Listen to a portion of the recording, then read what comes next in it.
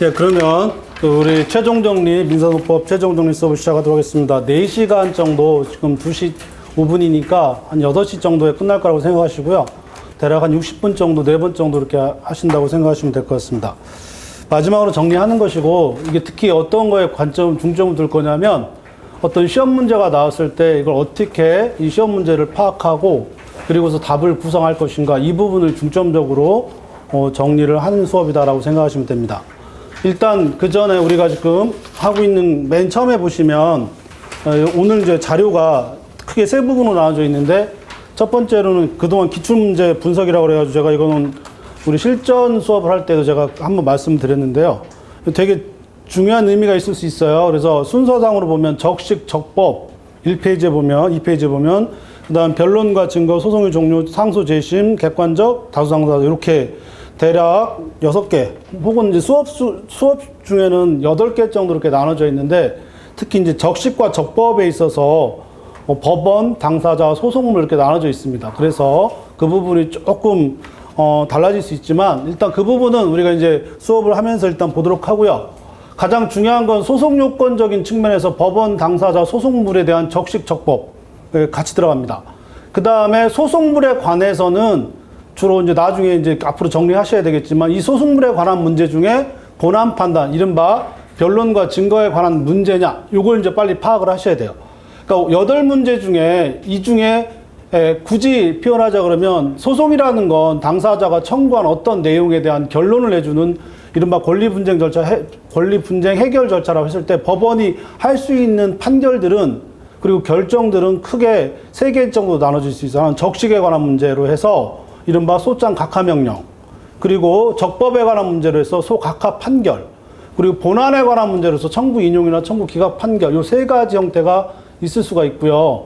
특히 이제 적식에 관한 문제는 주로 이제 당사자와 소송물 특정에 관한 데만 문제가 생긴다, 이런 정도로 생각하시고, 일단 어떤 문제가 나왔을 때 이게 적식에 관한 문제인지 적법에 관한 문제인지 혹은 본안에 관한 어떤 청구 기각이나 청구 인용에 관한 문제인지를 반드시 파악을 하셔야 되고, 그거에 따라서 다시 거꾸로 오셔가지고 문제를 파악할 때 그 부분이 어디에 해당하는지, 이 부분이 이제 논의를 하셔야 된다, 이렇게 보시면 되고, 일단 적식과 적법에 관한 문제를 잘 보시면 아시겠지만, 13년도부터 22년도까지 보시면 거의 21년도하고 18년도를 빼고는 거의 항상 나왔어요. 그리고 그 중에 가장 많이 나오는 게 주로 당사자, 그리고 당사자 중에 가장 많이 나오는 게 사망, 이 부분이 굉장히 많이 나왔다.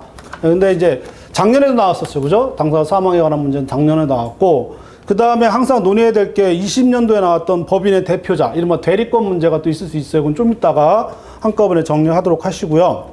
그 다음에 변론과 증거에서 이 소송 절차 중단이 작년에 나왔습니다. 그래서 요게 당사자 사망이 소송 중 사망이냐, 재소 전 사망이냐, 이 부분에 대해서 번갈아 가면서 계속 나오고 있는데, 어떤 면에서는 변론과 증거에서 소송 절차 중단은 진정한 의미에서 이 변론과 증거에 관한 문제는 아닙니다. 이거는 당사자 사망에 관한 소송 절차 중단에 관한 문제이기 때문에, 그렇다면 우리가 흔히 알고 있는 변론과 증거에 관한 본질적인 문제는 거의 안 나왔어요. 그리고 21년도에도 보면 공시송달이나 추한항소 정도에서만 문제가 나왔기 때문에, 거듭 말씀드리지만 우리가 알고 있는 변론주의, 이른바 처분권주의 내지 혹은 변론주의 혹은 소송행위에 관한 일반적인 이론, 이런 정도의 우리가 알고 있는 내용들은 거의 지금 안 나왔어요.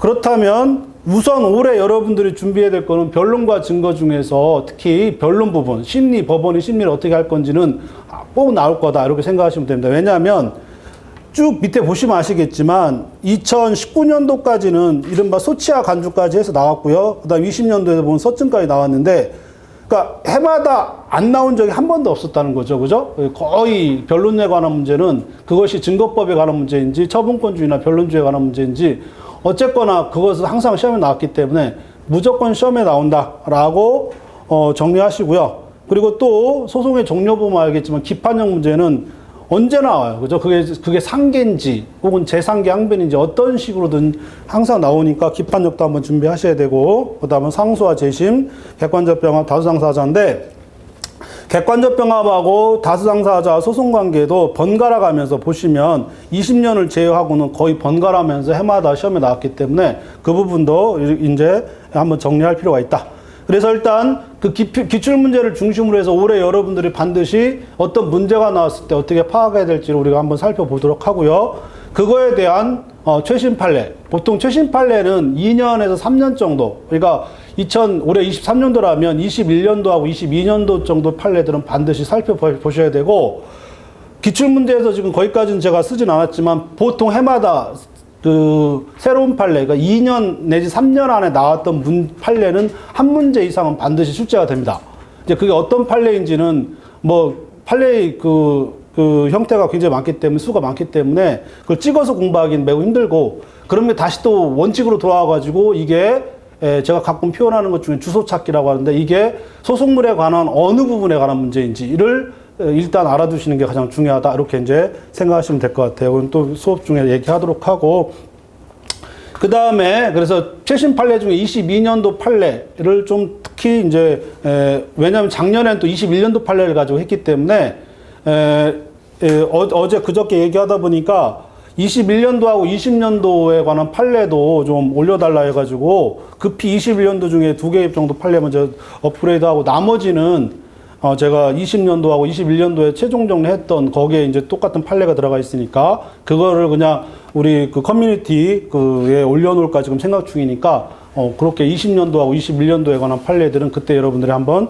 파악을 하시고, 오늘은 22년도 중에 반드시 파악하고 들어가야 될 그런 내용, 그 판례들을 꼭 짚고 넘어가시면 될 것 같아요. 그리고 나서 판례를 하고 나서 근래 나왔던 시험 문제가 있습니다. 이게 이제 올해는 법원 행시 문제가 있어요. 그래서 법무사, 변리사, 변호사, 그다음에 법원 행시, 요 4개의 고시 시험이 민사소송법의 사례 문제가 나오거든요.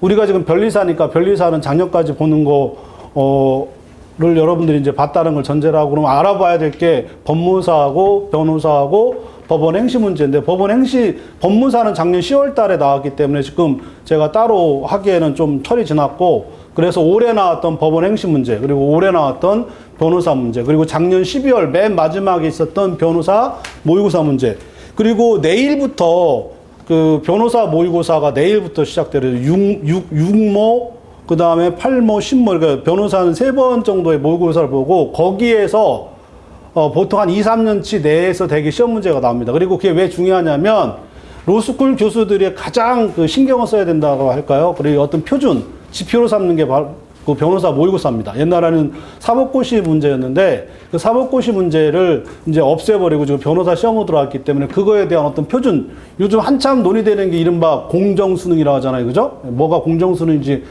얘기가 또 딴 데로 가게 생겼는데, 어쨌거나 마음에 안 들지만, 대한민국에 있는 모든 그 중고등학교까지 교육은 다 수능이 그 어떤 지표가 되고요.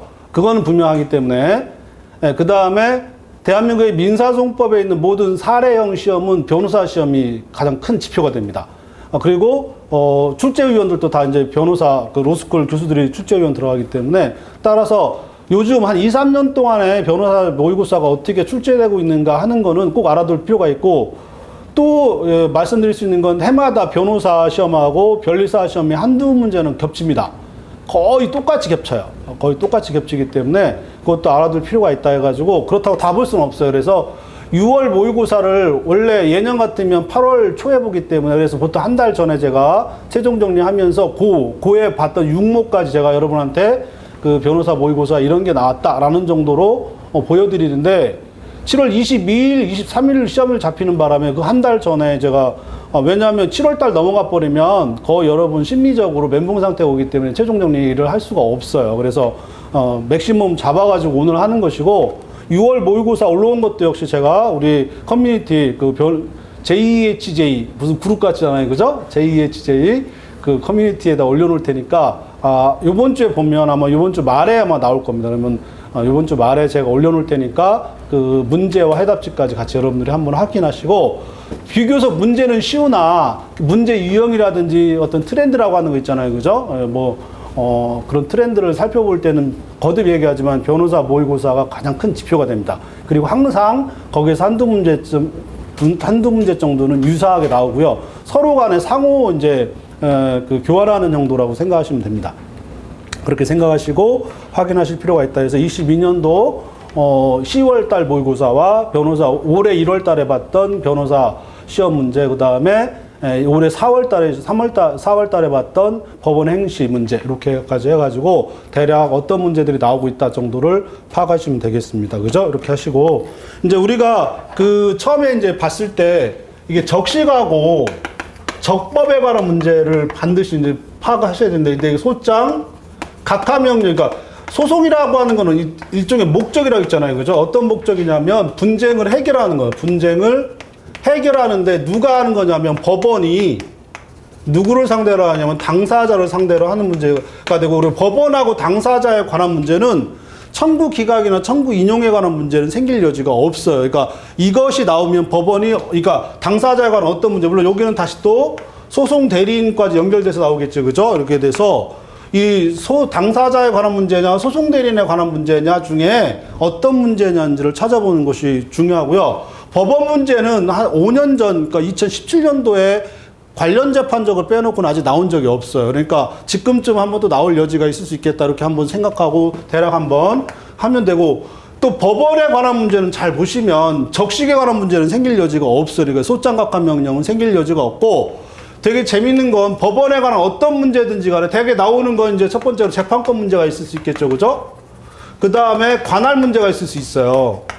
그 다음에 이것과 관련 없지만 제척, 기피, 회피에 관한 문제, 요렇게 이제 세 개 이렇게 나눠서 이제 볼 수밖에 없는데, 요 재판권에, 그러니까 관할 문제는 이거는 이제 또 이제 오늘 여러분들 꼭 짚고 넘어가야 될 중에 하나가 뭐냐면, 관할 문제가 당사자와 소송 대리에 관한 문제가 생기면 이른바 소송 중 있죠. 그죠? 소송 중에 당사자나 소송 대리인이, 예를 들어 이게 소송 요건이니까 소송 대리는 당연히 이제 소송 대리권이 있어야 되고요. 이러한 것들이 소송 중에 발견이 되거나 혹은 법원이 이걸 알게 되면 이때는 소송행위가 무효입니다. 소송행위가 무효니까 이 소송행위 무효에 대해서 법원이 할 수 있는 건 소각하 판결을 하게 되겠죠. 그죠? 그런데 이것을 간과한 판결이 있을 거 아니에요. 그죠? 이것을 간과한 판결들은 항상 뭘로 가요? 유효하다라고 하는 문제가 생기는 거죠. 그러니까 이게 유효하다라고 하는 건 본안 판결이 나오는 걸 전제로 하는 거니까. 근데 이것은 문제를 삼으려고 하는 건 본안 판결에 대한 어떤 청구 기각이나 청구 인용을 삼으려는 게 아니라, 요때 이게 판결이 유효냐 무효냐 해가지고, 그러면 여기서 다시 어떤 경우에 무효냐가 해가지고 이른바 항상 나오는 게 제망적계 이렇게 되잖아요. 그죠? 그래서 제망적계 4개를 빼놓고는 전부 다 유효다, 이렇게 해놓고, 그러면 이때부터는 어디로 가요? 1심 판결이 나온 때문에 이때부터는 어디로 가냐면 항소심으로 가요. 항소심.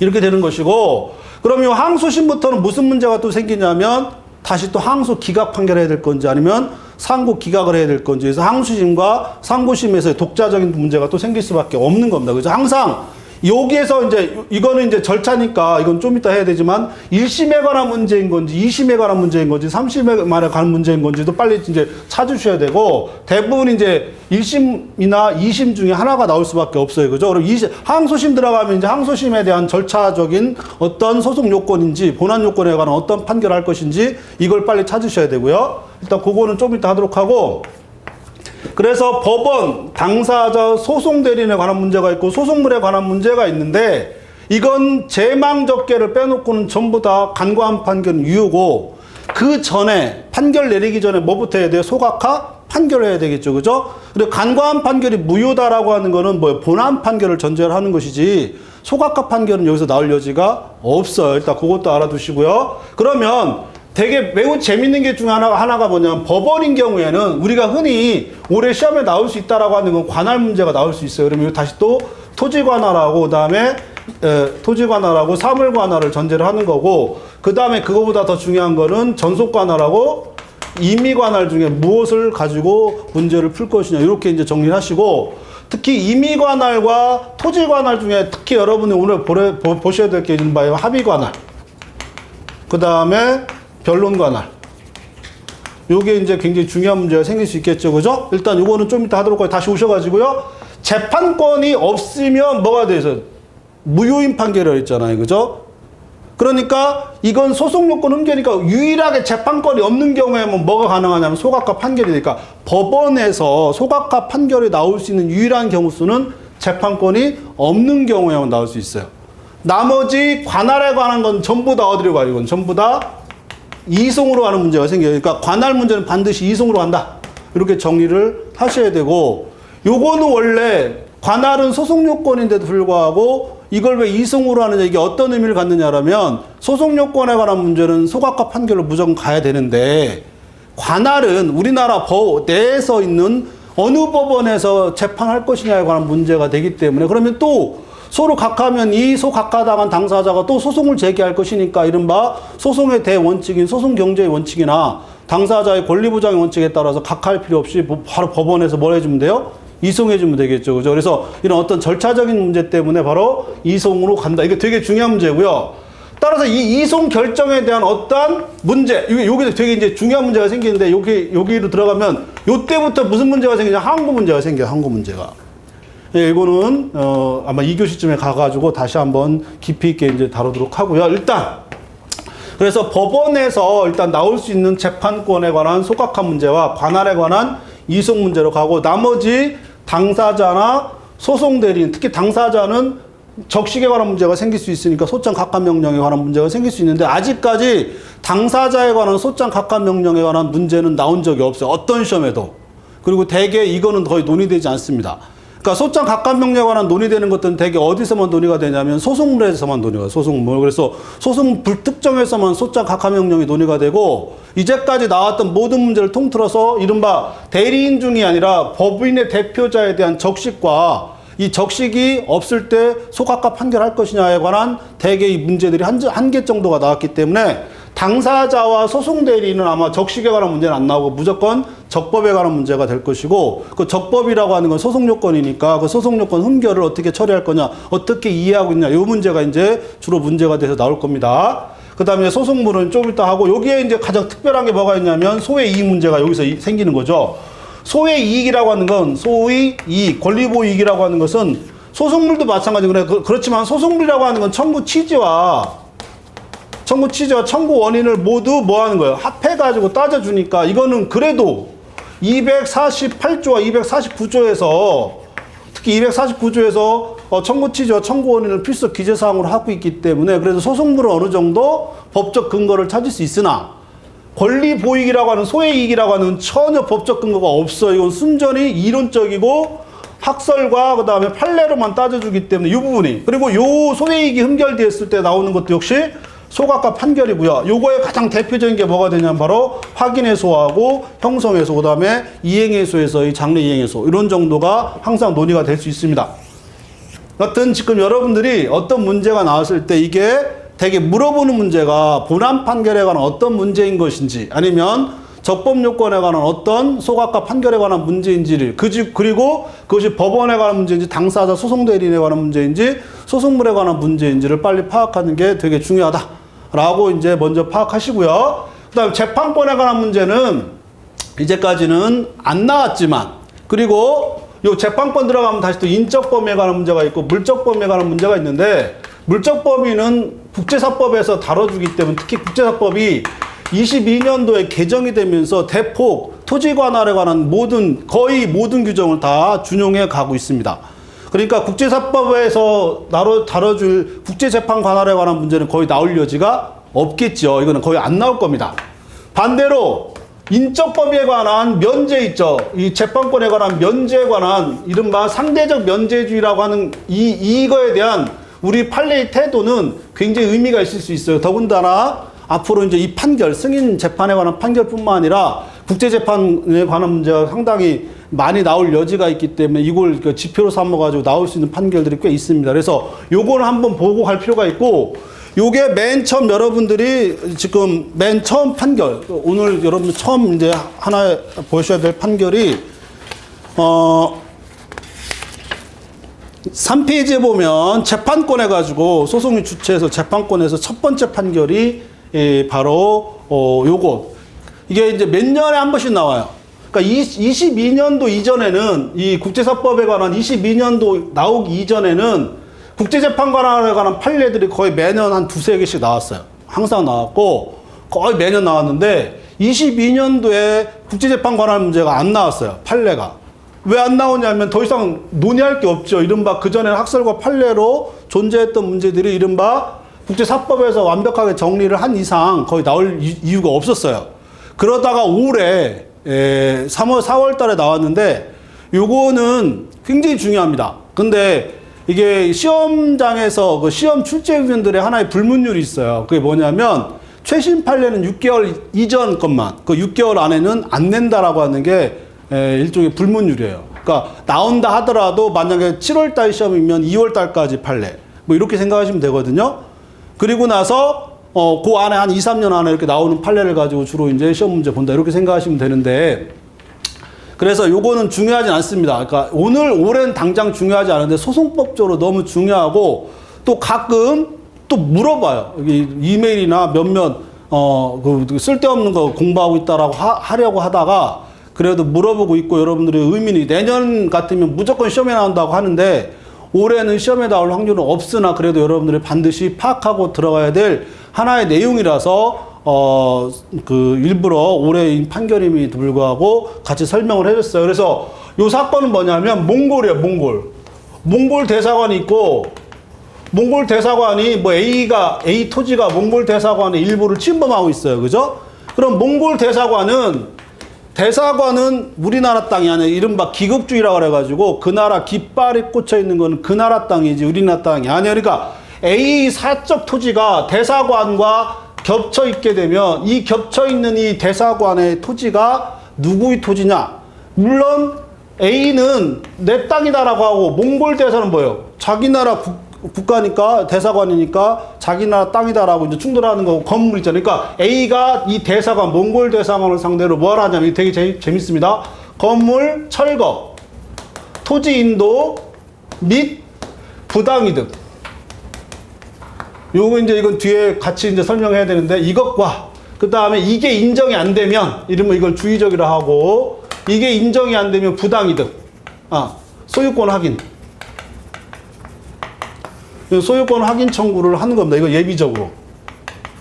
유명한 강사가 이거 나한테 물어보는 이유 중에 하나가 유명한 강사 이 판례가 잘못됐다고 어떻게 이게 주의적 예비적 병합이 되냐고 안 된다고 막 이랬다고 하는데 이건 뭐냐면 이게 인정이 안 돼. 그러니까 이게 왜 인정이 돼? 재판권이 인정이 안 되면 그러면 내 소유권이라도 확인해달라고 하는 법률적 효과가 양립할 수 없기 때문에 이건 당연히 양립 불가능하죠.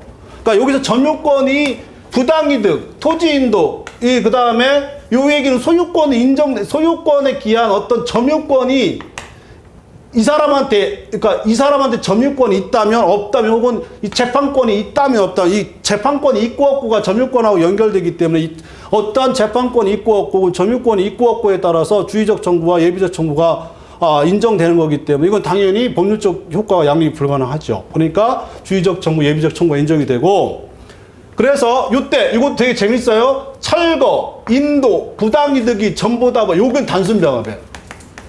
그 단순병합이 모여가지고 주의적 청구를 이루고 있고요. 그 다음에 이게 인정이 안 되면 그럼 소유권이라도 확인해달라. 이렇게 이제 청구하는 겁니다. 이 원래 소송이. 그랬는데 원심에서는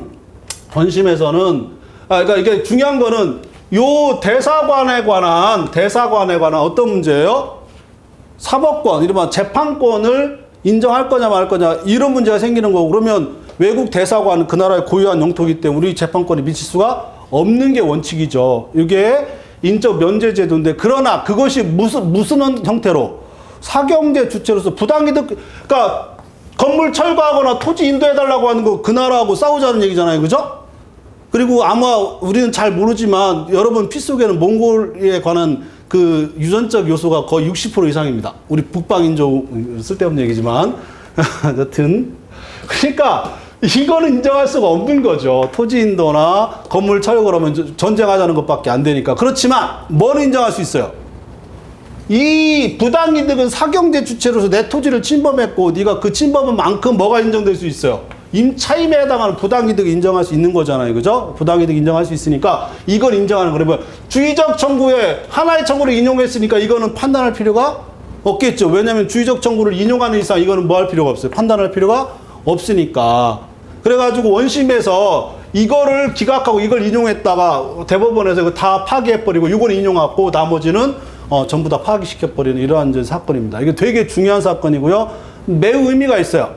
일단 여기서 알아둘 거는 병합 문제에서 근래 나온 병합 문제 중에 크게 뭐 없었는데 이 사건 자체가 매우 의미가 있고 논리적으로 이러한 문제를 파악할 수 있다면 굉장히 의미가 있다. 이렇게 생각하시면 되고요. 요때는 이게 중요합니다. 요 철거와 토지 인도에 관한 뭐가 없는 거예요? 재판권이 없으니까 뭘 해줘야 돼요? 청구 기각이 아니에요. 이건 재판권이 없으니까 소각화해버려야 돼요. 그러나 이건 뭐 할 수 있어요? 인용할 수 있다니까. 재판권이 있으면 이때부터 뭐예요?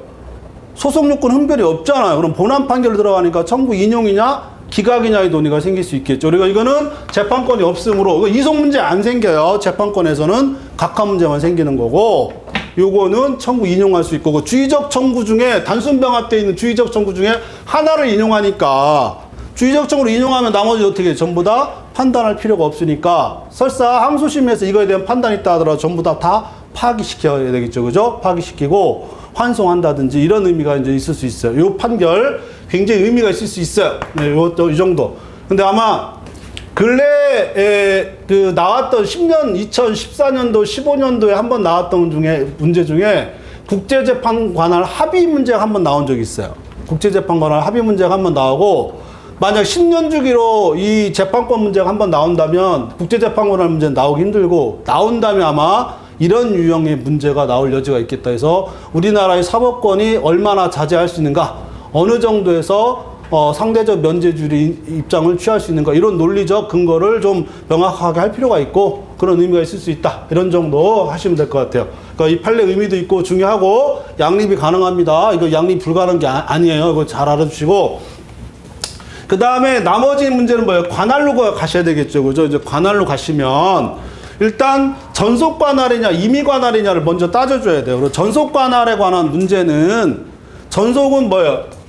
이 전속 관할 위반이 되면 그러니까 임의 관할에서 여기 변론 관할이니까 굉장히 중요하잖아요. 그죠? 변론 관할이니까 굉장히 중요하다는 건 당사자의 항변이 없으면 이걸 우리가 통상 뭐예요? 본안전 항변이라 본안전 항변. 이 본안전 항변, 변론 관할이라는 거 항변이 없다는 거니까 설사 관할이 없다 하더라도 관할이 생성이 돼요.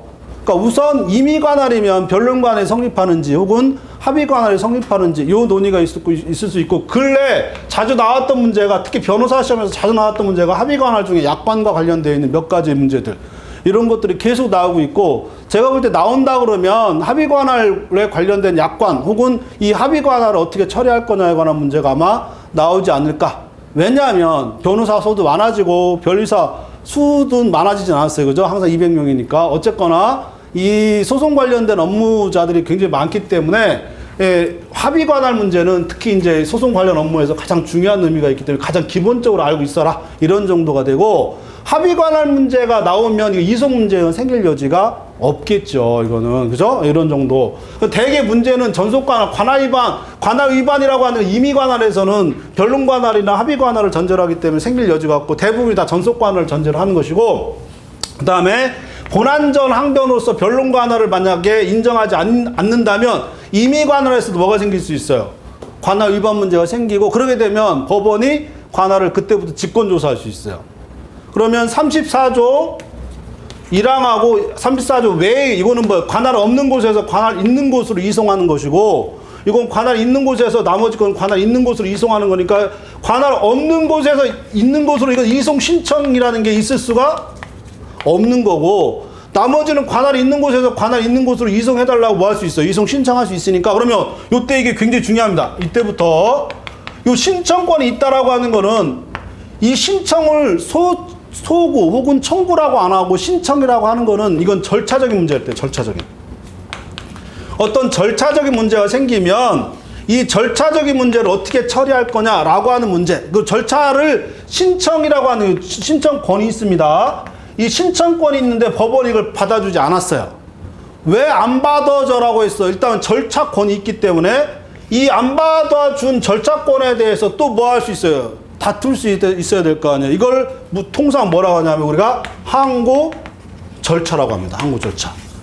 그러니까 우리가 지금 배울 수 있는 게 항소라고 소송 절차라고 하는 게 있고 그 다음에 이런 소송 절차 중에 이제 항고 절차, 그러니까 이게 이제 항소 절차가 있고 이제 항고 절차가 있는데 항소는 소송으로 가는 거고 이거는 결정과 명령으로 가게 돼요. 결정과 명령으로 가는데 다시 한번 관할에 관해서는 특히 신청권이 있느냐 없느냐에 따라서 신청권이 있으면 항고 절차가 있는 거예요.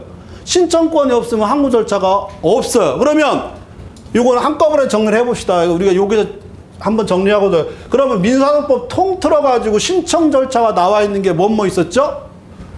여기서 이송 신청이라는 게 한 번 나오잖아요. 법조문 잘 생각해보세요. 이송 신청 한 번 나오죠? 그 다음에 또 뭐가 나요? 제처, 기피, 회피, 신청이 한 번 나오죠? 그 다음에 쭉 가다가 뭐요? 증거, 신청 절차가 한 번 나오죠. 그죠? 나중에 가면 뭐예요? 판결, 경정, 신청 절차라고 하는 게 크게 4개 정도가 나옵니다. 물론 중간중간에 자질구레한 것들이 한 번씩 나오는데 예를 들어서 변론 기일 지정 신청이라든지 몇 가지 이제 약간의 그런 개념들이 나오는데 이렇게 우리 민사소송 절차에서 당사자의 절차 보전권으로서 인정되는 것 중에 하나가 신청이 있는데 특히 이송 신청은 굉장히 중요한 문제예요. 그 다음에 제척 기피, 회피에 대한 신청. 그 다음에 증거 신청, 판결 경정 절차 신청 이런 것들이 있는데 그러면 이 신청 절차에 대한 불복 방법이 뭐라고 해서 항고 절차로 했잖아요. 이 항고 절차인데 이 항고 절차에 대해서 그러면 뭐예요? 통상의 항고가 있고 즉시 항고가 있고 즉시 항고가 있는데 즉시 항고는 7일 이내. 그러면 7일 이내 즉시 항고는 7일 이내이기 때문에 절차의 신속을 위해서 인정해 주겠다라고 하는 우리 민사소송법의 어떤 제도적 장치가 되는 거죠. 그리고 그 즉시 항고의 대상이 되는 것도 그래서 요 의미가 있는 거예요. 그래서 그러니까 이송 신청에 대한 즉시 항고 그다음에 뭐예요? 그다음에 제척 기피에 대한 즉시 항고 문제가 있고요. 그죠? 그다음에 나중에 경정 신청에 대한 즉시 항고 문제가 생길 여지가 있을 수 있습니다. 이렇게 즉시 항고가 되면 이거에 대해서 어떻게 처리할 건지는 어느 정도는 여러분들이 그리고 항고 절차에서 한 번씩은 나올 여지가 있을 수 있으니까 정확히 알아둘 필요가 있다. 첫 번째로 그래서 앞에서 여러분이 기본 강의를 할 때 이송 신청권이 없기 때문에 이송 신청권이 없는 거에 대한 이송 신청 기각 결정에 대한 항고 절차가 있느냐? 없다는 거예요. 이거에 대해 재항고가 하더라도 원래 없는 그 신청권에 대해서 재항고하더라도 그거는 뭐 본안 판단할 필요가 항고 절차에 대한 본안 판단할 필요가 없으니까 재항고를 각하한다거나 혹은 기각할 어떤 의미를 여기서 찾게 되겠죠. 그죠? 이런 의미가 있을 수 있어요. 그 다음에 요 기피 제척 기피 회피에 대한 즉시 항고 문제가 이렇게 되고 가끔씩 판례들이 나오는 특히 민사소송에 나오는 것들 대개 요 4개 정도에서 나오는 것이고 특히 경정 절차와 관계된 판례 그다음에 제척 기피에 관한 판례 그다음에 이송 신청에 관한 판례 그래서 38조 39조에 보면 이송 신청권이 있으면 이송 신청 기각 결정하고 그다음에 또 뭐가 있어? 이송 신청권이 없다 하더라도 법원이 니들 마음대로 이송해버리니까 당사자에게 관할에 관한 한번 다툴 수 있는 기회가 이송 결정에 대해서 뭐 할 수 있어요? 항고할 수 있겠죠. 그죠? 뭐 할 수 있도록? 즉시 항고할 수 있도록. 이런 문제가 생길 수 있어요. 그러면 즉시 항고 들어가면 다시 또 그 즉시 항고에 있어서 어떤 절차들이 있느냐. 이건 이제 이때부터 여러분들이 암기가 필요합니다. 그래서 제도의 고안이라든지 항고 절차에서 어떻게 흘러가고 있는지 법조문이 몇 개 안 되지만 그 법조문들 여러분들 명확하게 알아둘 필요가 있다. 이쪽은 반드시 항고로 가기 때문에 그 항고에 관한 문제가 논의될 수 있어요. 이것과 관련돼서 아주 재밌는 판례가 하나 나왔는데 그게 뭐냐면 관할에 관한 문제 중에 하나 작년에 나왔던 3페이지에 보면 첫 번째 행정소송으로 제기해야 할 사건을 민사소송으로 잘못 제기한 경우 기본적으로 비송사건 있잖아요. 그죠? 비송사건하고 소송사건은 이런 거예요. 항고에 관한 소송하고 소송에 관한 어떤 문제는 전혀 다른 절차이기 때문에 이거는 이송할 수 있는 대상이 아니에요. 원칙적으로 어떻게 돼요? 형사소송할 거를 민사소송을 한다거나 행정소송할 거를 뭐하러 민사소송하는 거는 이거는 이송의 대상이 아니고 뭐가 되는 거예요? 각하의 대상이고 이거는 이송에 관한 문제, 관할에 관한 문제가 아니에요. 굳이 하자면 전문 법원에 관한 문제인데 그럼에도 불구하고 이게 약간 좀 지식이 필요합니다. 여러분 특허법에 보면 그 심결 취소송이 특허 심판에 관한 절차가 일어나고 이거 이제 되게 이제 그 심판 전치주의라고 하는데 그 특허법이 대략 할 겁니다. 거기에서 보면 어느 정도까지 하는지 제가 지금 파악을 못했는데 행정소송이에요. 그러니까 왜냐하면 특허 심판에 관한 거는 행정소송이고 처분에 관한 문제이기 때문에 따라서 심결 취소송은 행정소송을 하거든요. 행정소송은 대개 2개로 나눠요. 그 2개로 나눠주는 게 뭐가 있냐면 하나는 항고소송이라고 있어요. 그러니까 순전히 절차적인 측면에서 법원이 처분권을 어떻게 처리할 거냐에 관한 그거는 항고소송이라고 하는 건 대립 당사자 구조가 아니에요. 그 비송 사건이라는 게 뭐예요? 가장 중요한 게 대립 당사자가 아니라 직권주의, 이론주의라고 그랬잖아요. 그죠? 그런데 특허 소송에서도, 특허 사건에서도 뭐가 있냐면 보상금 불복 청구라는 게 있어요. 그걸 뭐라고 하냐면 당사자 소송이라고 그래요. 그러니까 당사자 행정소송 중에 가장 대표적인 당사자 소송이 뭐냐면 국가배상 청구권이에요. 그러니까 몇 가지도 있어요. 그러니까 거기 깊이 들어가지 말고 행정소송 중에 순수한 의미가 있는 예를 신결치소송, 여러분이 이해하기 편한 거는 신결치소송 같은 게 있는데 그거는 이른바 민사소송하고 전혀 관련, 물론 민사소송 규정을 대부분이 다 준용하긴 하지만 그건 순수한 의미에서 행정소송이란 말이에요. 그러나 국가배상 청구권이라는 게 뭐죠? 같은 불법행위인데 국가니까 국가배상법이라고 하는 행정법이 규율되기 때문에 뭐가 적용되는 거예요? 그냥 그걸 우리가 행정소송이라 할 뿐이지 실질적으로 무슨 소송이야? 민사소송이에요. 당사자 소송이라는 개념은 원래 민사소송이라는 개념이에요. 그러니까 국가배상법이나 특히 특허법에서 보면 보상금 불복 청구 소송이라는 게 있을 거예요. 아마 여러분이 훨씬 잘할 거니까. 그러면 특허법에서 나온 보상금 불복 청구 소송은 그 불복 청구 소송을 누굴 상대로 하냐면 상대방 당사자를 상대로 특허법이라고 하는 하나의 행정법이 규정되기 때문에 이것도 역시 당사자 소송이라고 표현한단 말이에요. 그러니까 실질은 무슨 소송이다? 민사소송이다. 민사소송. 이게 되게 재밌는 사건인데 이른바 군발이 얘기하면 안 되지만 아까 오다가 제가 지하철 여기 오다가 딱 올라가고 있는데 군발이가 하나가 여자친구를 막 내가 볼 때 오늘 들어갈 것 같아요. 오늘 일요일이니까 들어가겠죠, 그죠? 헤어지기 싫으니까 막 여자친구를 꼭 붙들고 아주 눈꼬시게 막 그러면서 내가 속으로 네가 결혼 상대 2위인 건 알겠는데 1위는 민간이야 하면서 혼자 이제 이렇게 하고 왔는데 군발이 얘기 아직도 이 농담이 통하고 있다는 게 아주 재밌네요, 그죠? 어쨌거나 군발이 사건인데, 그러니까 군대에서 여기서 보면 첫 번째 보시면 알겠지만 퇴직금 수당을 했어. 국가를 상대로 퇴직금 수당을 하는데 국가를 상대로 퇴직금 수당을 하게 되면 퇴직금 수당을 감안해 보면 국가가 이 군인한테 퇴직금을 줘야 되니까 회사가 만약에 회사를 상대로 하게 되면 퇴직금 지급 청구 소송할 거 아니에요. 그럼 국가를 상대로 퇴직금 지급 청구 소송을 하겠죠, 그죠? 그러면 당사자 이런 거 우리가 당사자 소송이라고 그래요. 그러니까 어떤 행정 처분에 관한 어떤 문제가 아니라 1대1로 국가와 군발이라고 그러는데 군발이 군인과 국가 간에 1대1로 퇴직금 청구 소송하는 거니까 이건 무슨 소송이야? 당사자 소송이죠. 그러니까 이 원고가 퇴직금 청구하는 소송이 국가를 상대로 민사소송을 제기한 거예요. 이해했죠, 그죠? 민사소송을 제기했는데 그러니까 1심에서 민사소송을 제기하고 그러니까 1심에서 예를 들어서 합의부로 가. 그러니까 퇴직금이 얼마 안 되니까 그럼 사물관할에 관한 규정에 의해서 제1심에서 지방법원 단독 사건이었다가 지방법원 합의부로 간단 말이에요. 그러니까 요거는 고등법원이잖아요. 그러니까 이게 2심 사건이잖아요. 그래서 이게 다시 또 대법원까지 가는 거예요. 대법원에서 보니까 이게 되게 재밌는 게 야, 이거 있잖아. 잘 봐봐. 군인이 국가를 상대로 퇴직금 소송하면 당사자 소송인 건 맞는데 그럼 국가배상법에 의한 소송이 행정소송이냐 민사소송이냐? 그 행정소송이 민사소송이야. 여러분 특허법상의 보상금 불복소송을 뭐라고 배워요? 행정소송이라고 배워요? 민사소송이라고 배워요? 아마 행정소송이 당사자소송이라고 배울 겁니다. 그러면 여기도 마찬가지예요.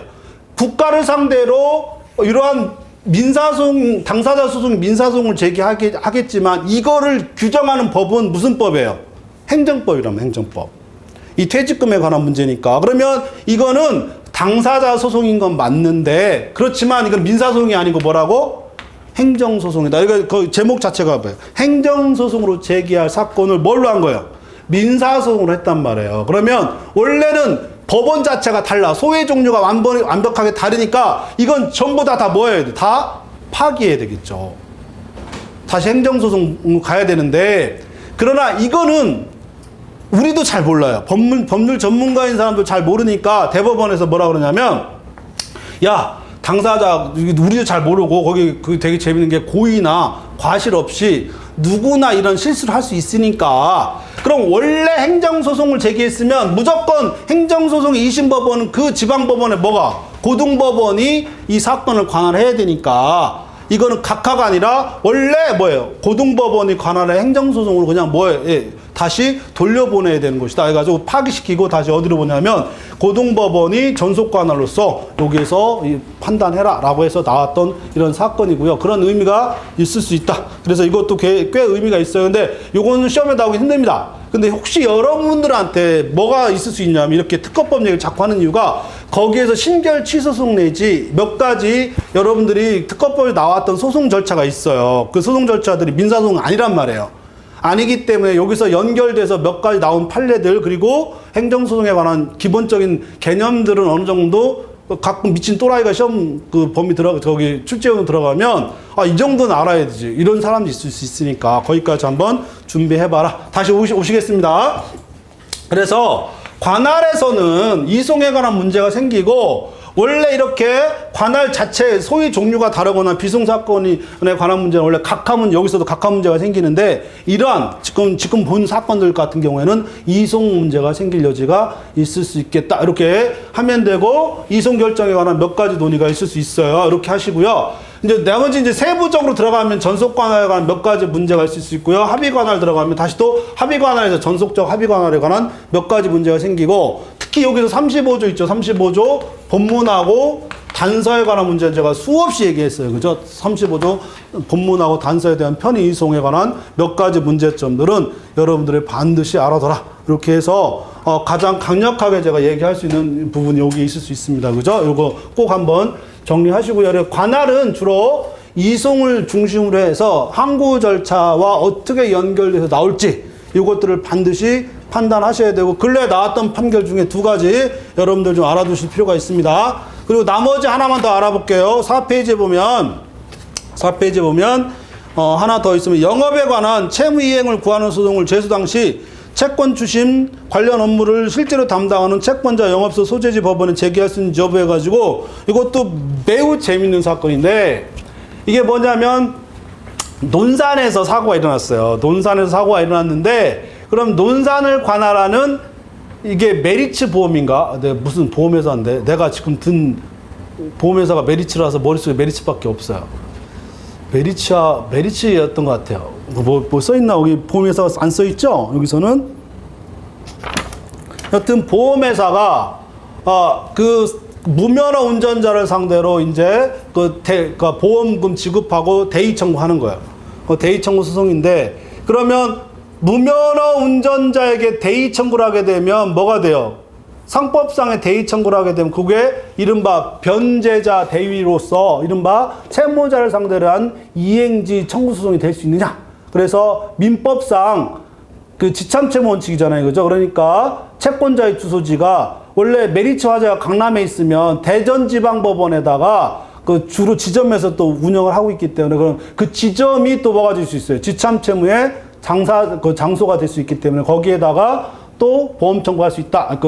지급 청구할 수 있다. 이런 정도의 판례인데 금방 읽어보시면 알 수 있습니다. 그래서 이 법조문 해석에 있어서의 어떤 문제가 생길 수 있냐면 여러분들이 그 민법상 그 대의 청구했을 때 채권자 주소지가 본 영업소뿐만 아니라 어디까지 지점의 대전지방 지점도 지점이긴 하지만 거기도 뭐가 될 수 있는 지참채무의 변제 장소가 될 수 있다. 그래서 대전지방법원도 뭐가 될 수 있어요? 관할이 있을 수 있다. 뭐 이런 정도의 판결이다. 이렇게 생각하시면 되고요. 뭐 어려운 판결은 아닌데 이것이 이송하고 또 어떤 문제가 생길 수 있는지 한번 여러분들이 검토를 한번 좀 해보시기 바란다. 이런 정도로 하시면 될 것 같아요. 그러니까 법원 문제는 그렇게 심각하게 뭐 연결될 건 없을 것 같은데 요 관할 중에 특히 나와 있던 이 재판권에 관한 문제, 그 다음에 그 행정소송에 관련된 몇 가지 판례들, 그리고 요 관할은 들어가면 이제 요건 한 2-3시간 정도 해야 되는데 기본적으로는 관할 문제가 나오면 이 전체적인 거는 이송하고 연결됩니다. 그죠? 전체적인 건 이송하고 연결되는데 그 전에 대부분이 물어보는 문제는 뭐냐면 이송하기 전에 그럼 이송하려면 관할권이 없는 데서 관할권이 있는 곳으로 이송 문제가 생기는 거예요. 관할권이 있는 곳에서 관할권이 있는 곳으로 이송 문제는 거의 문제 생길 여지가 없어. 이건 편의송밖에 없기 때문에.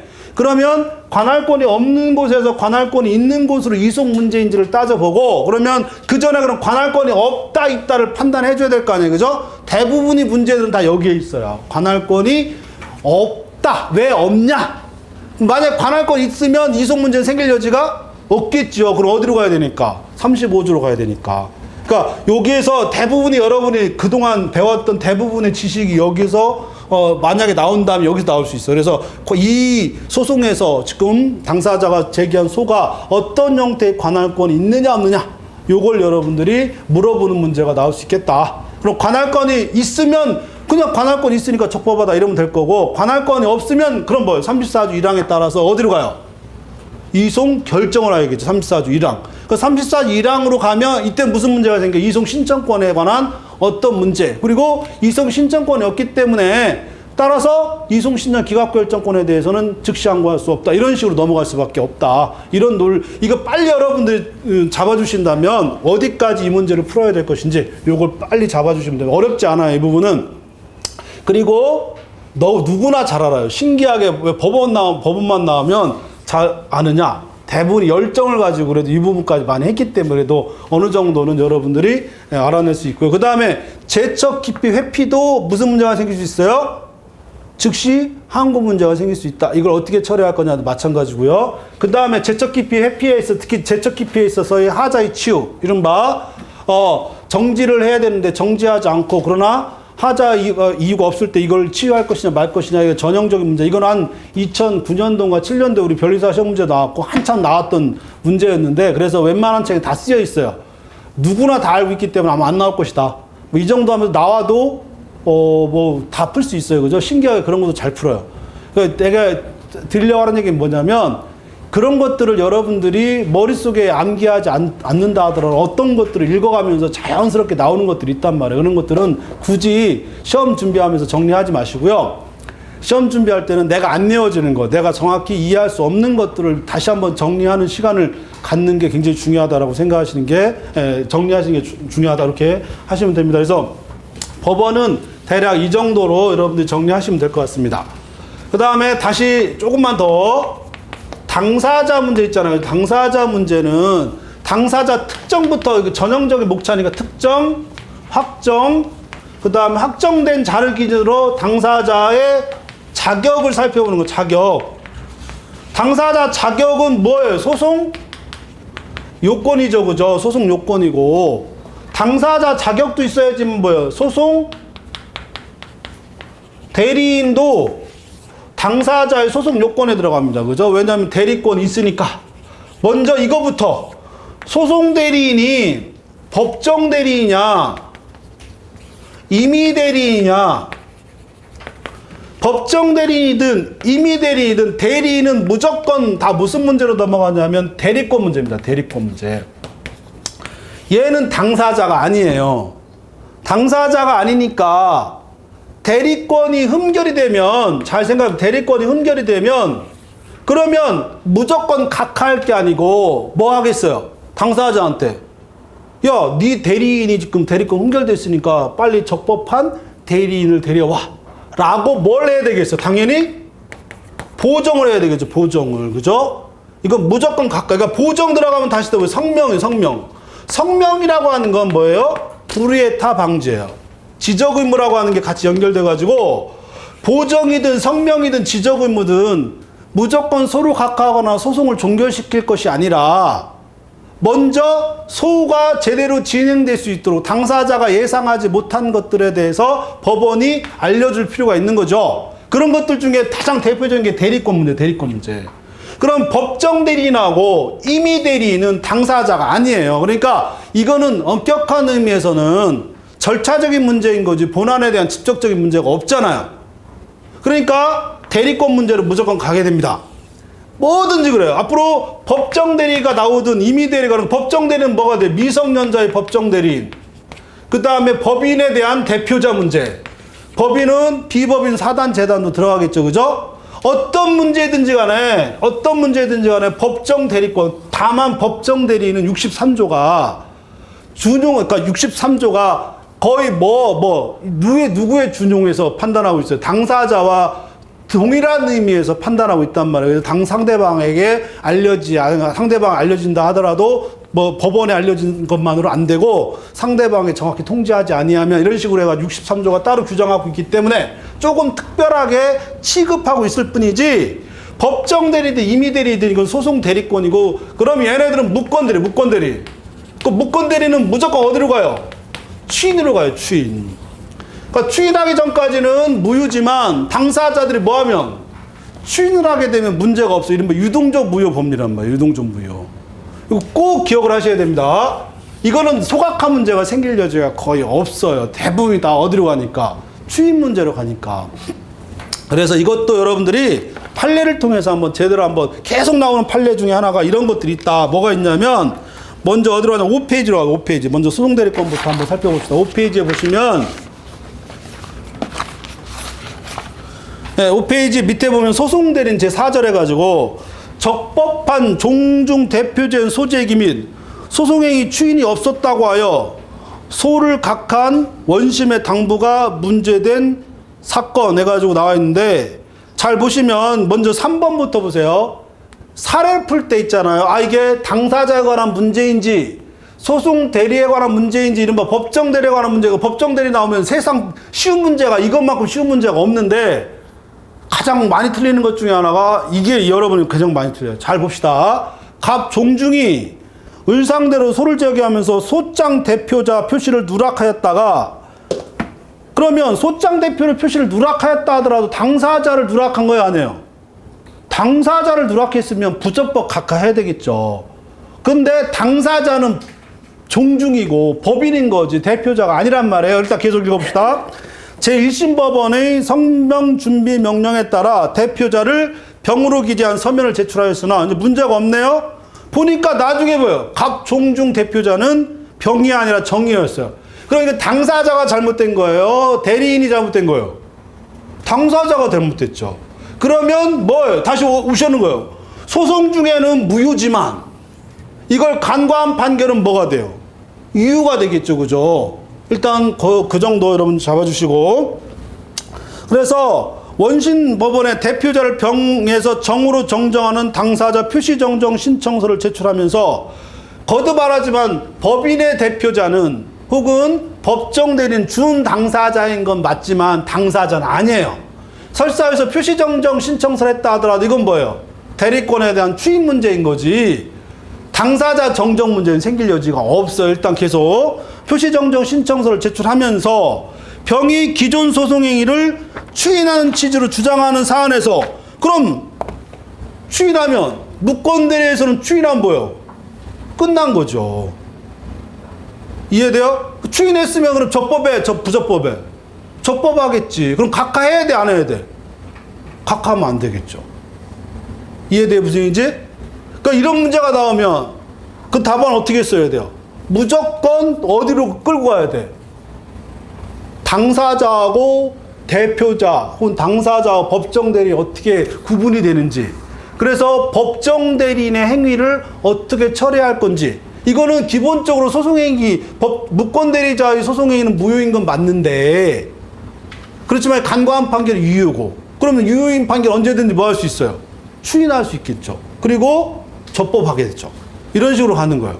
그러니까 뭐라고 했어? 끝에 보면 정에게 적법한 대표권이 있는지에 관한 성명권을 행사하는 등의 조치를 취하지 않았고 소를 각한 원심 판결은 당연히 뭐예요? 잘못됐겠죠. 왜냐하면 애당초 처음 당사자가 아닌 거는 소를 각하한 것도 맞고 무효인 판결도 맞아요. 그러나 이거는 무슨 문제야? 무권대리에 관한 문제라니까. 무권대리. 행여 올해 시험에 대표권 문제, 대리권 문제가 나오면 전부 다 어디로 가요? 그거는? 대리권 문제예요. 대리권 문제. 그러니까 민법에서 무조건 뭐부터 배워? 대리권 들어가면. 민법은 무조건 시험 문제가 무권대리. 유권대리가 시험에 나올 리가 있나? 없지. 왜? 계약은 잘 보세요. 우리가 법을 배운다라고 하는 건 계약을 정상적으로 성립하고 계약을 이행했으면 국가는 관여할 일이 없어요. 제대로 다 이해가고 있는데 왜 관여해? 어느 경우에 관여하는 거예요? 계약도 제대로 체결했는지 문제가 되거나 체결했는데 그게 제대로 된 체결인지 그러니까 무효나 취소나 혹은 무건대리나 이런 것들이 항상 문제가 돼서 우리가 법을 배우는 거고 소송도 마찬가지입니다. 소송도 적법한 대리이면 문제가 나올 여지가 없어요. 얘가 뭐가 없기 때문에 대리권이 없기 때문에 이런 문제가 생기겠죠. 그죠? 그래서 어떤 문제가 당사자에 관한 문제인지 대리권에 관한 문제인지 대표자 혹은 대리인에 관한 문제인지를 반드시 여러분들이 판단을 해야 되고 대부분이 다 거기에서 문제가 출제가 되더라. 그러니까 이거 나오면 정말 좋은 문제예요. 정말 쉬운 문제고 여러분이 답안 쓰기에도 매우 편하다. 이런 정도로 정리하시면 됩니다. 그 밑에 것도 한번 볼게요. 6페이지, 6페이지 밑에 것도 종중 총유재산에 관리 처분권에 관하여 사원총회의 결의가 없다고 보아 직권으로 종중이 제기한 소를 각하한 원심 판결. 그러면 보세요. 종중 총유에 대한 관리 처분권이 없어 사원총회의 결의가 없다 하더라도 종중이 지돌 소송을 그러니까 이 소송을 제기한 대표자가 무엇을 받지 않았어요? 총회의 결의를 받지 않으면 그건 무슨 문제야? 당사자에 관한 문제예요? 대리권에 관한 문제예요? 대리권에 관한 문제이지. 그 대리권에 관한 문제는 얘기하잖아요. 그럼 일단 당사자를 데려다가 야, 네가 지금 하는 거 대리권이 없는 거야. 없는 거니까 빨리 뭐해? 대리권 있는 놈을 데려와. 대리권을 빨리 갖고 와. 이렇게 해야 되겠지. 이해돼요? 그러니까 이것도 우리 대법원에서 볼 때는 어떻게 판단하는 거? 이거 대리권 문제네. 그러니까 대리권이 없으니까 일단 뭐부터 해? 제대로 된 대리권을 데려와. 보정 내지 성명 먼저 하고 나서 그리고 각하하든지 말든지 해야지. 무조건 각하하고. 그러면 각하 판결은 뭐가 생겨? 기판력이 생기는데 그 기판력이라는 건 뭐밖에 안 생기는 거예요. 거기 대리권이 없었다는 거에만 기판력이 생기고 나중에 대리권을 구비해서 또 소송 제기하면 또 소를 제기할 수 있어요. 또 소를 제기할 수 있으니 뭐 하는 짓이에요, 그게. 그러니까 뭐 하라고? 빨리 그 대리권 오라고. 모든 판결이. 뒤에 이제 앞으로 제가 20년도에 올려놓은 판결, 21년도에 올려놓은 판결, 그동안 제가 여러분한테 그걸 수없이 얘기했던 건 전부 다 무슨 문제예요? 다 무건대리 문제. 이게 근데 제가 이걸 기본 강의 때 안 했느냐? 쟁점 정리가 열심히 했어요, 열심히. 근데 꼭 그런 얘기는 하지만 귀 있는 자는 들으라고 뭐 꼭 거기까지는 아닌데 이게 뭔 얘기를 하게 되면 들릴 때가 있어요, 들릴 때가. 그때까지 그게 뭐라고 했긴 했어. 쟤는 떠들고 있는데 도대체 뭔 얘기하는지 그러다 어느 정도 올라가면 그때 그래서 그런 얘기 했구나. 그럼 앞으로 여러분이 7월 23일에 갔는데 뭔가 대리권 얘기가 대리인 얘기가 나왔어. 그럼 대부분이 다 무슨 얘기가 되겠어요? 다 무건대리 문제가 되겠지. 그러면 여기서 하나 주의해야 될 건 안 나오겠지만 그럼 특별수권이 없는 놈이 뭐 하는 거예요? 상소유 특별수권이 없어. 그럼 상소유 특별수권이 없으면 상소를 제기할 수 없지만 대부분이 어디까지는 하고 그만둬? 상소 제기까지 하고 그만두잖아요. 그죠? 이해돼요? 무슨 얘기인지? 그런 정도만 알아두면 되고 그러면 만약에 가끔 우리가 이제 여러분이 나하고 모의고사도 많이 봤으니까 거기에서 대리권 문제는 전부 다 어디로 갔어요? 다 무건대리고 무건대리. 알겠죠? 꼭 한번 정리하시고 그런 시각으로 모든 판례를 바라보고 그런 시각으로 모든 문제를 보세요. 근데 의외로 대리권 문제는 잘 나옵니다. 아주 번번이 나오는 문제 중에 하나가 대리권 문제이므로 여러분들이 좀 알아둘 필요가 있다. 그런 정도로 하시면 되고요. 그 기출문제 앞에서 오시면 2페이지에 보면 기출문제 보면 20년도에 법인 대표자 문제가 나왔단 말이에요. 이때도 추인 문제예요. 그럼 새로운 대표자가 추인하면 끝이 아니야. 끝이지. 이해돼요? 무슨 얘기인지?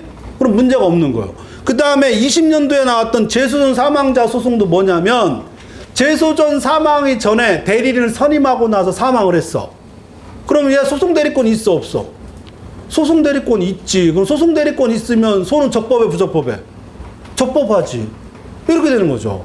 모든 문제 다 그렇게 끝난다. 그런 정도로 하시면 됩니다. 그래서 재소전 사망 19년도에도 나왔고 16년도 똑같은 문제. 이거 다 똑같은 문제. 아시겠죠? 그죠? 똑같은 문제입니다. 그렇게 하고 그럼 나머지 요거까지만 할게요. 당사자의 특정 문제가 있는데 이제까지 특정에 대한 소장 각하 명령 문제는 나온 적이 없어요. 한 번도.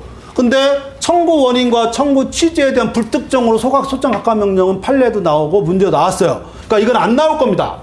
왜냐하면 당사자 특정 문제는 거의 생길 여지가 없으니까.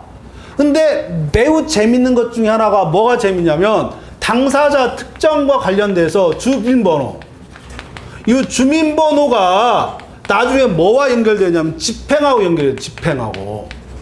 왜냐하면 그 사람의 재산을 집행해야 되니까 그 사람의 동일성을 인정하느냐 마느냐의 문제가 이 주민번호하고 연결이 돼 있단 말이에요. 그러면 주민번호가 없어도 그러니까 특정이라는 건 주민번호하고 상관이 없어요. 그러니까 주민번호를 안 썼다 하더라도 법원이 이걸 불특정을 이유로 소장 각하하거나 보정명령을 하진 않아요. 근데 무슨 문제가 생겨요? 이게 나중에 집행이 불가능해. 왜냐하면 동병이인일 수도 있으니까. 그래서 이것과 관련돼 가지고 재밌는 판례 같이 한번 마저 정리합시다.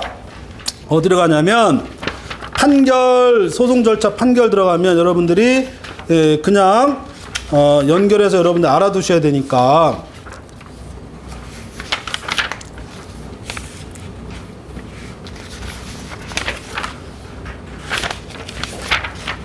예, 몇 페이지냐면,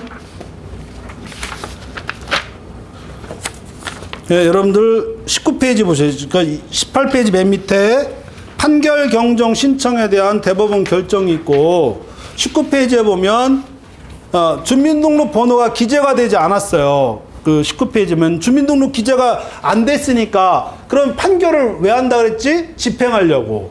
근데 주민등록 번호에 제대로 기재가 안 돼 있으니까 이거 판결에다가 뭐 해달라고?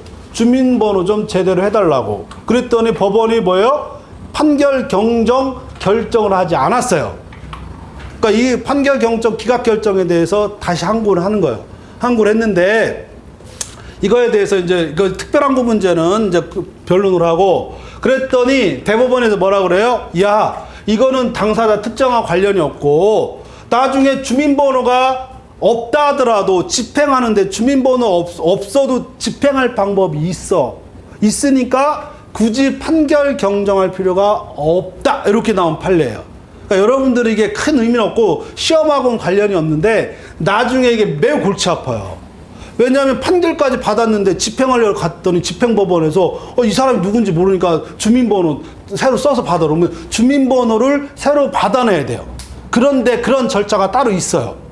그러니까 이건 판결 경정 결정에 대한 어떤 사유는 아닌데 나중에 집행에 관련된 문제가 있으니까 나중에 여러분들이 변리사에 대해서 소송을 하게 되면 이거 굉장히 중요하다. 이런 정도. 그러니까 대부분이 소송이 들어가게 되면 주민등록 번호라든지 아니면 사업자 같은 경우 사업자 등록번호가 있단 말이에요. 이런 것들을 반드시 기재하셔야 됩니다. 그래야 나중에 이런 문제가 생길 수 있어요. 하여튼 다시 오셔가지고 당사자 특정에 관한 문제는 없고 당사자 확정 문제. 요거는 굉장히 중요하겠죠. 그죠? 그래서 계속 나옵니다. 계속 나오니까 당사자 확정 문제에 대해서 일단 좀 쉬었다가 당사자 확정 문제 올해 반드시 시험이 나온다.